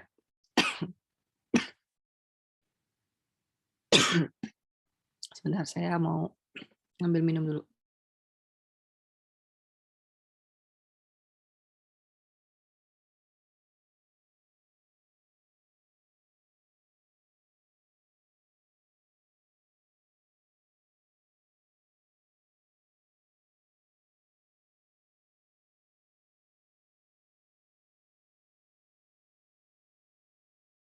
Oke, maaf ya. Sudah lama tidak mengajar lama jadinya. Cepat batuk. Oke, kita lanjutkan. Masih terlihat ya slide-nya? Masih, Bu. Bu. Oke. Jadi itu ya, ternyata tidak hanya si tanaman itu menghasilkan, ternyata si tanaman ini menghasilkan asam, tujuannya untuk membunuh bakteri yang merugikan dia. Di sisi lain, ternyata asamnya juga itu mempercepat pelapukan kimia terhadap batuan tadi menjadi tanah. Makanya kan ada tanaman-tanaman perintis ya, tanaman-tanaman perintis yang dia memang pioner gitulah ya, pioner yang misalkan di area yang tandus gitu ya, tandus tanahnya tidak punya bahan organik yang cukup untuk tanaman, kita kasih tanaman, dia tidak bisa kita tanam tanaman sembarangan ya, karena memang dia bahan organiknya sedikit gitu. Nah, ketika kita tanam, bisa jadi tanamannya mati gitu. Malah justru dia dikorbankan, bukan malah justru membantu tanahnya menjadi kualitasnya menjadi bagus. Nah, salah satu contoh tanaman pionir gitu ya, yang bisa kita tanam gitu di area yang tandus itu tanaman kedelai-kedelai. Nah, itu bisa membantu. Itu membantu dia menjadi tanahnya itu menjadi lebih subur gitulah ya. Karena salah satunya karena di akar tanaman ini ya, kacang-kacangan biasanya gitu, dia ada mikroba. Ya, ada mikroba yang dia membantu tadi ini ya. Dia membantu batuan-batuan yang di sekitarnya, baik batuan maupun mineral, itu berubah menjadi bahan organik. Itu yang bisa bermanfaat bagi ya tanaman itu agar dia bisa bertahan gitu di tanah yang tandus itu. Nah, biarkan dia dalam berapa siklus dia hidup dulu di situ. Ketika bahan organiknya sudah banyak gitu ya, sudah cukuplah untuk kita tanam tanaman yang lain. Nah, itu bisa kita tanam tanaman yang lain. Itu adalah salah satu guna dari tanaman perintis ya atau pioner gitu. Itu. Oke, kita lanjut lagi. Ini gambaran ya, gambaran proses pembentukan tanah digambarkan dari ini ada hujan ya. Jadi di sini dilihat ada tanah gitu ya, tanah. Ini sebenarnya udah tanah gitu, sudah terbentuk bukan tanah ya, ini rock ya. Jadi dia di sini ada batuan gitu ya, di gambarkannya dia masih batuan, belum jadi tanah. Nah, tapi di tanah tersebut ada tanaman gitu ya. Biasanya memang yang kita tahu lumut ya, kalau di batuan itu lumut. Jadi lumut ini juga bisa membantu mempercepat pelapukan. Kenapa? Karena dia akan menjaga kelembapan di dalam batuan kan. Nah, kelembapannya ini malah justru nanti akan mempercepat pelapukan tadi. Gitu. Jadi ini ada hujan, kemudian di sini kan dia menyimpan airnya itu dengan dengan kelembabannya, tapi nanti pas panas terik dia suhunya tinggi, tapi di sini masih lembab. Nah, ini akan mempercepat gitu ya, mempercepat retakan-retakan gitu, pelapukan-pelapukannya. Selain dari pengaruh tadi suhunya, kelembapannya, dia juga ada pengaruh dari tanaman gitu. Di mana tanaman ini dia akarnya itu akan mencoba untuk masuk kan ya, mencoba untuk masuk ke dalam batuan, mencari celah gitu dia, mencari celah untuk mengambil air gitu. Karena dia menyimpan air tadi kelembaban, dia akan menyerap air yang ada di dalam batuan sedikit demi sedikit gitu. Nah, akhirnya membentuk retakan-retakan juga. Makanya ini ada retakan-retakan yang berasal dari akar-akar tanaman gitu. Nah, tapi ada juga yang ternyata di bawah ini dia retak sendiri. Padahal ini nggak ada sambungannya dengan akar tanaman. Nah, ini diakibatkan karena tadi suhu ekstrim tadi gitu. Kemudian terus terjadi kan ya, terus terjadi dalam waktu yang lama, berulang-ulang, suhu ekstrim itu terus terjadi. Kemudian akhirnya dia semakin melapuk gitu ya. Jadi pecah-pecah partikelnya, mineralnya jadi agregatnya jadi pecah-pecah, memisah-memisah. Nah, lama-kelamaan menjadi membentuk suatu lapisan. Nah, lapisan inilah membentuk horizon ya. Tadinya cuma satu gitu ya lapisannya, pokoknya semuanya batuan. Kemudian semakin banyak lapisannya, sampai ada horizon A. Nah, horizon ini yang teratas ya, dia sudah gembur gitu. Nah, ketika dia membentuk lapisan yang paling atas, yang gembur ini, yang horizon A, dia akan bisa ditanami oleh tanaman yang lain. Ya, jadi tanaman yang lain. Nah, tapi biasanya tadi bahan organiknya belum banyak.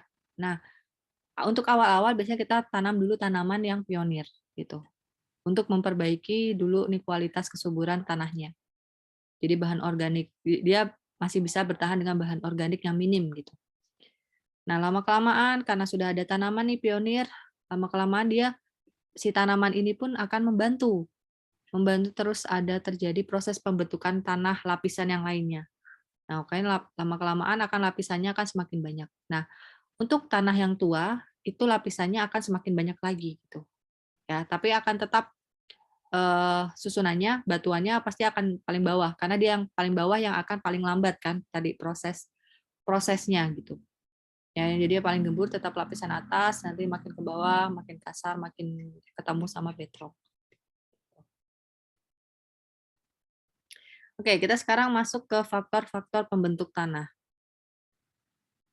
Nah, apa aja sih faktor-faktor pembentuk tanah? Ya, jadi tadi ada prosesnya. Proses terjadi itu tadi banyak faktornya, gitu. Nah, ini tanah ini terbentuk dari ini F itu faktornya ya. Ini ada IOBTW. Jadi nanti kita akan bahas IOBTW ini apa sih? Tuh. Nah, ini sebenarnya yang secara umum ya. Ada faktor lain, ya faktor lain yang mempengaruhi tapi tidak besar, gitu. Jadi ini yang dibahas adalah faktor yang pengaruhnya besar.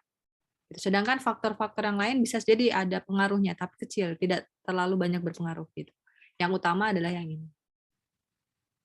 Nah, kita lihat I itu apa ya, O itu apa, B itu apa, T itu apa, W itu apa. Kira-kira ada yang mau nebak nih, I itu apa, O, B, T, W apa? Yang mau nebak deh, kira-kira. Dari yang tadi sudah saya jelaskan, proses pembentukan tanah itu apa aja. Ada yang mau nebak? Coba. Tadi kan saya sudah jelaskan. Lumayan lah buat ngasih clue. Suhu. Air. Mau izin jawab, I-nya iklim bukan? Oke, I-nya iklim. Tadi ada yang suhu. Kira-kira di sini kan nggak ada es. Kira-kira suhu berarti di sini kira-kira apa namanya? Temperatur. Oke, temperatur. Terus apa lagi? Water. O-nya organisme bukan? O-nya organisme. Kita lihat ya nanti. Itu ada lagi. Tadi ada water. Oke, ada yang lain. Apa lagi? Topografi, Bu. Topografi bisa. Terus apa lagi? Yang B ini belum nih. W-nya waktu, Bu. B-nya apa B-nya? W, Bu. W-nya waktu. B-nya waktu ya. Terus B-nya ini belum ada yang nebak B. B-nya itu Bakteri, Bu. hidup, Bu. Oke, masa cuma bakteri saja? Pasti bukan bakteri saja dong. Bahan induk bukan? Bahan induk. Oke, ada yang bahan induk. Oke, kita lihat ya. Sebenarnya udah benar itu. Itu semua memang faktor yang mempengaruhi proses pembentukan tanah. Tapi kita lihat lagi ya. Apa yang dimaksud dengan kelima ini? Oke, yang pertama I ya, iklim. Ya tadi sudah disebutkan kalau sudah masuk iklim, ya ini jadi banyak iklim itu masuknya ke curah hujan gitu ya. Curah hujan nanti dia pengaruh dengan kelembapan. Sebenarnya suhu juga dipengaruhi oleh iklim ini gitu. Ya, jadi temperatur pun masuk ke sini. Nah, kita lihat ini ya. Jadi iklim ini memang yang sangat berpengaruh terhadap pembentukan tanah. Makanya dia disebutkan pertama. Jadi kan tadi yang memang sering terjadi itu kan iklim ya. Iklim itu siklusnya kan terus terjadi. Gitu. Nah, itu memang sangat berpengaruh. Dua komponen iklim yang yang berpengaruh adalah curah hujan dan temperatur. Nah, tadi ya, curah hujan itu dari curah hujan itu akan membentuk kelembaban gitu kan, kelembaban terus temperatur. Ya, jadi curah hujan ini mempengaruhi temperatur juga. Selain itu curah hujan itu dari tadi ya, dari daya jatuhnya itu daya mekanik merusak si ininya juga batuannya. Itu ya curah hujan selain mempengaruhi temperatur dan kelembaban. Nah, di sini dijelaskan setiap kenaikan temperatur 10 derajat Celcius akan mengakibatkan meningkatnya laju reaksi kimiawi menjadi 2 kali lipat. Ya, jadi ekstrim banget nih. Tadinya dia curah hujan kan sudah terkena itu tetesan-tetesan air, kemudian dia menyimpan air ya yang menyebabkan kelembaban, kemudian tiba-tiba ada kenaikan temperatur. Ya kan yang ekstrim. Nah, semakin besar kenaikan temperaturnya setiap 10 derajat Celcius nih malahan. Dia laju reaksi kimiawinya menjadi 2 kali lipat gitu. Kalau 20 derajat naiknya ya menjadi 4 kali lipat gitu. Ini bisa terjadi cepat ya. Biasanya terjadi cepat proses pelapukan itu memang di negara 4 musim karena dia cepat banget tuh ya pergantiannya gitu. Ya, kemudian ini meningkatnya pelapukan dan pembentukan liat terjadi seiring dengan meningkatnya temperatur. Ya, jadi ini juga ya ini ya tadi ya, meningkat semakin tinggi temperatur ya dia semakin cepat pelapukannya. Semakin tinggi temperatur, semakin sering, itu akan semakin cepat. Nah, yang O-nya ini adalah organisme. Ya, jadi organisme sebenarnya masuk tadi semua ya, tanaman, tadi ada yang nyebut bakteri, pokoknya semua organisme. Oh itu. Ya, jadi tanaman mempengaruhi proses pembentukan tanah melalui produksi bahan organik tadi ya. Jadi ada tanaman-tanaman tertentu yang dia menghasilkan asam. Nah, asamnya ini itu bisa membunuh bakteri yang merugikan dia, bisa juga dia membantu produksi bahan organik ya. Jadi mineral yang tadinya dia tidak bisa diserap oleh tanaman, itu bisa dirubah menjadi bahan organik. Gitu. Jadi dari tanah itu ya yang diserap sama tanaman bukan mineralnya, tapi bahan organik. Ketika dia sudah menjadi bahan organik. Gitu. Siklus hara dan pergerakan air melalui siklus air. Ya, jadi tadi ya kan ada tanaman itu juga membantu menyerap air. Nah, airnya juga itu membantu dalam pelapukan juga tadi, yang membantu pembentukan tanah gitu. Jadi manfaat tanaman juga banyak ya. Makanya itu ya, ketika ada kerusakan tanah, itu tanahnya entah itu kerusakan yang fisik ataupun kimia secara senyawanya, unsur bahan organiknya gitu, itu memang paling tepat adalah memang menanam tanaman. Tapi balik lagi tanamannya nggak asal-asalan, harus kita cek dulu kan kondisi tanahnya seperti apa, masalahnya seperti apa. Oh ini yang cocok tanamannya apa gitu, itu harus dicek. Nggak sembarangan kita tanam aja terserah, pokoknya semua tanaman bisa gitu. Nggak gitu juga gitu ya. Kemudian pengaruh organisme yang penting terhadap proses pembentukan tanah disebabkan oleh vegetasi alami, baik pohon maupun padang rumput.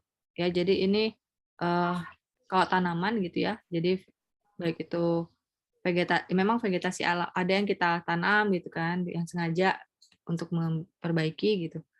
Tapi ada juga ya yang alami, dia memang terbawa, biasanya terbawa, ada bibit yang terbawa oleh burung gitu kan, dia alami ya, dia akhirnya tumbuh gitu. Tadinya di situ tidak ada pohon, misalkan tidak ada pohon beringin gitu, bisa ada pohon beringin, itu bisa jadi ya, jadi terbawa bijinya akhirnya jadilah pohon. Itu ya pengaruhnya dari burung ya. Jadi bisa jadi burung itu tuh sebenarnya secara tidak langsung juga membantu pembentukan tanah gitu, karena tadi dia membawa biji-bijinya si pohon-pohon tadi gitu. Tapi biasanya memang tidak secara langsung kita bisa melihat pengaruhnya. Gitu. Kemudian peran binatang lainnya nih, peran binatang dalam proses pembentukan tanah cukup besar, seperti halnya peran cacing tanah, rayap, ya. Jadi ini atau mikroba yang lain juga ya. Jadi cacing tanah kan kita tahu ya dia berguna untuk menggemburkan tanah ya, dari pergerakan dia secara pergerakannya itu juga bisa menggemburkan tanah. Satu, tentunya proses dia juga ya, ketika dia menjadi sudah mati gitu ya, dia akan menjadi pupuk alami gitu untuk tanah. Terus prosesnya dia ketika dia mengeluarkan kotorannya dia itu bisa juga menjadi memberikan gitu kontribusi bahan organik untuk tanah tadi. Gitu ya. Kemudian rayap juga ya, rayap juga ketika rayapnya mati dia juga bisa menjadi bahan organik alami gitu. Begitupun juga dia proses selama dia hidup juga kan sama dia menghasilkan kotoran itu juga bisa membuat semakin meningkatkan gitu ya, meningkatkan kualitas tanahnya, baik itu tadi ya merubah dari batuan ke tanah, terus mineral berubah menjadi bahan organik. Itu juga dipengaruhi oleh organisme atau binatang yang lainnya ini. Nah, rayap juga ini mampu membangun rumah dari partikel tanah kan ya, di bawah dari lapisan bawah tanah dan kemudian membentuk morfologi tertentu di permukaan tanah. Nah, dia di sini ya rayap kan dari yang di bawah gitu dibawa dia ke atas gitu. Jadi dia berperan juga tuh yang tadinya misalkan keras gitu, dia mencoba untuk ya kayak menggali gitu ya, membawa partikel-partikel, lama-lama dia jadinya gembur gitu. Akhirnya prosesnya kan yang tadi batuan bisa jadi terpecah-pecah juga partikel-partikelnya. Oke, masuk ke B. Tadi ada yang sudah benar ya, bahan induk. Ya, jadi bahan induk ini juga mempengaruhi proses pembentukan tanah. Mempengaruhinya di mana? Karena tergantung nih batuannya ini asalnya bahan induknya apa, mineralnya apa. Dia akan mempengaruhi ya hasilnya. Ya, tentunya hasilnya satu, prosesnya juga gitu. Karena mineral-mineral tertentu dia memiliki sensitivitas kepada suhu itu berbeda-beda gitu. Mineral tertentu, oh dia bisa cepat gitu. Mineral yang A bisa lebih cepat daripada mineral yang B untuk menjadi tadi ya, menjadi tanah, dari batuan menjadi tanah gitu. Ya, jadi ini mempengaruhi juga bahan induknya. Si batuan tadi terdiri dari apa sih gitu. Semuanya pengaruh terhadap kesuburan dan kandungan mineral ya tadi ya. Jadi kenapa mempengaruhi terhadap kesuburan? Karena tadi kandungan mineralnya gitu. Ya, kandungan mineralnya ini tentunya nanti akan mempengaruhi kesuburan. Karena ada mineral-mineral tertentu yang bisa menjadi bahan organik, ada yang tidak. Ada yang tidak bisa nanti digunakan oleh tanaman. Tingkat kekerasan bahan induk juga dapat dijadikan prediksi dalam menilai laju pembentukan tanah. Tadi ya, jadi ada mineral tertentu yang dia bisa cepat gitu, bisa cepat melapuk ya. Jadi bahan induknya bisa, karena dia bahan induknya terdiri dari mineral-mineral tertentu ya, ada yang bisa cepat melapuk, ada yang tidak gitu. Nah, kalau kita lihat dari yang tadi ada batuan beku, batuan metamorf, dan ada batuan sedimen, yang semakin mudah melapuk adalah batuan sedimen. Ya, semakin mudah nih, yang paling susah batuan metamorf karena dia sudah mengalami prosesnya 2 kali ya, istilahnya dia sudah mantap nih jadi batu gitu istilahnya. Sudah mantap jadi batu, makanya dia makin susah. Nah, sedangkan batuan sedimen ini enggak. Kenapa? Karena dia banyak terpengaruhi oleh proses-proses sedimentasi. Gitu. Nah, dia akan lebih cepat. Gitu. Nah, masuk ke T. Nah, T ini tadi ada yang menjawab benar ya, topografi. Ya, jadi ini topografi, perbedaan topografi akan mempengaruhi jenis tanah yang terbentuk. Ya, jadi kan tadi ya topografi permainnya di mana sih? Tadi. Jadi kalau ada batu, misalkan dia ada hujan deras, semakin topografinya semakin miring, ya batunya akan semakin cepat terbawa gitu kan. Kemudian dia semakin cepat melapuk. gitu. Ya, jadi proses pembentukan tanahnya bisa semakin cepat juga. Begitupun dengan jenis tanahnya, ya jenis tanah. Kenapa dia bisa mempengaruhi jenis tanah gitu? Gimana caranya dia bisa merubah ini? Ya dari tadi ya dari kemiringannya karena dia terbawa. Nah terbawa dia tergantung terbawanya sampai mana gitu. Tergantung lingkungannya seperti apa. Dia akan terpengaruhi oleh mineral yang ada lingkungan di situ gitu. Nah topografi itu berperannya di situ. Tanah pada daerah lereng, nah selain itu nih, tanah pada daerah lereng infiltrasi kurang dibandingkan kehilangan melalui runoff. Sedangkan pada daerah datar atau rendah menerima kelebihan air yang menyediakan air lebih banyak untuk proses pembentukan tanah. Jadi gini ya, saya sederhanakan. Jadi ketika dia datar, ada hujan nih ya, hujan, maka air itu tidak akan cepat untuk lari gitu ya, atau dia ini disebutnya run off. Jadi si airnya ini run off-nya ini tidak akan banyak yang pergi gitu. Akhirnya dia banyak mengendap di situlah ya. Dia bertahan di situ si airnya bisa jadi merendam si batuan. Nah, si air ini kan mengandung senyawa-senyawa. Nah, senyawa yang dibawa air hujan ini ya nggak tahu entah dia di awannya ya ada polusi-polusi apa gitu kan, ada senyawa apa yang dia bawa. Nah, ini yang akan mempengaruhi, yang akan nanti bisa masuk ke batuan tadi, menjadi mineral baru lagi gitu ya.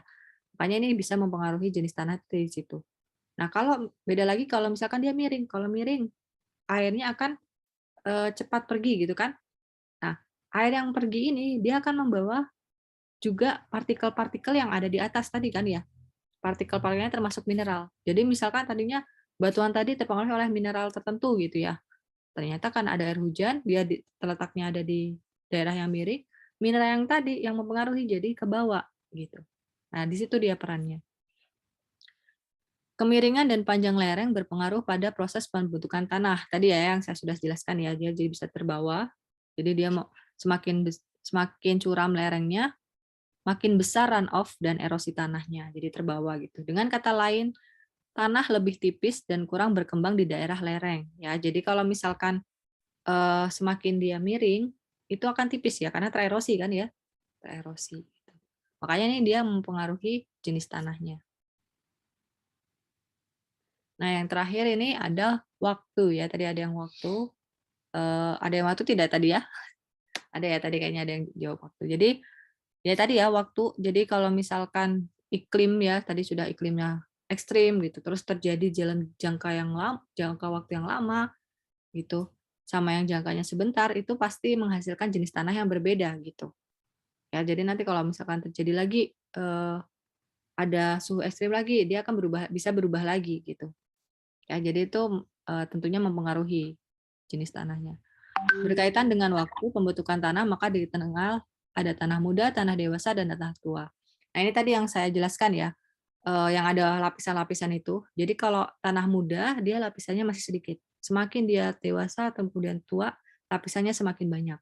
Nah, itu kan dipengaruhi oleh apa sih gitu? Ya semakin nanti dia akan semakin lama dia akan semakin banyak lapisan. Sama aja kayak kita manusia kan ya, semakin lama kita semakin tua, umur kita makin bertambah. Nah, seperti itu. Seiring dengan waktu, pembentukan lapisan tanah akan menunjukkan umur tanah tersebut. Nah, jadi kita bisa mengidentifikasi, memprediksi gitu ya, umur tanah dari tadi lapisannya. Oh, kalau saya sudah banyak lapisannya, berarti dia sudah tanah tua. Nah, ini ya. Jadi tadinya dia masih muda. Ini mah masih belum terbentuk ya, masih bahan induk. Kemudian dia menjadi tanah muda, sudah ada lapisan. Jadi ketika dia sudah kapan sih dia menjadi tanah gitu ya? Ya ketika dia sudah batuannya sudah hilang, sudah menjadi partikel-partikel kecil. Nah, tapi masih ada batuannya. Nah, ini dua lapisan inilah dia batuan tanah muda. Kemudian semakin berjalannya waktu, kemudian ada 3 lapisan terbentuk. Nah, dia menjadi tanah dewasa. Semakin banyak lagi dia lapisannya dia menjadi tanah tua. Gitu. Oke.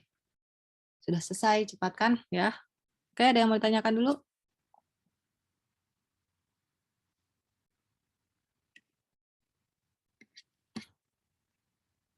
Ada yang mau ditanyakan atau sudah jelas?